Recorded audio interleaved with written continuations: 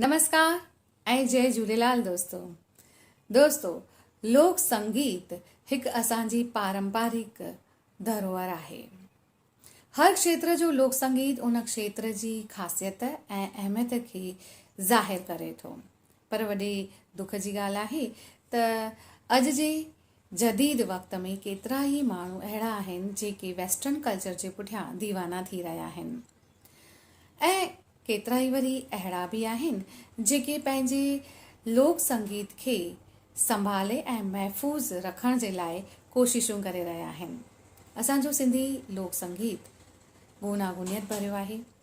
असांजे शाहूकार सकाफ़त जी गूनागूनियत खे हू ज़ाहिर करे थो।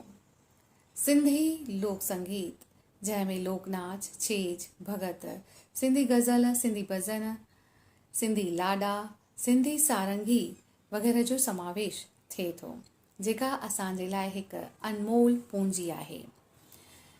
हिन अनमोल पूंजी खे असांखे पंहिंजी ईंदड़ पीढ़ीअ में पास करणो आहे ऐं उन्हनि खे बि इन संस्कृतीअ ॾांहुं मोड़ण जी हीअ हिकु असांजी कोशिशि आहे, जो हिन साल खां हर साल जून महीने जे चौथे आर्तवार ते असीं सिंधी लोक संगीत उत्सव करे मल्हाइण जो फ़ैसिलो वरितो आहे।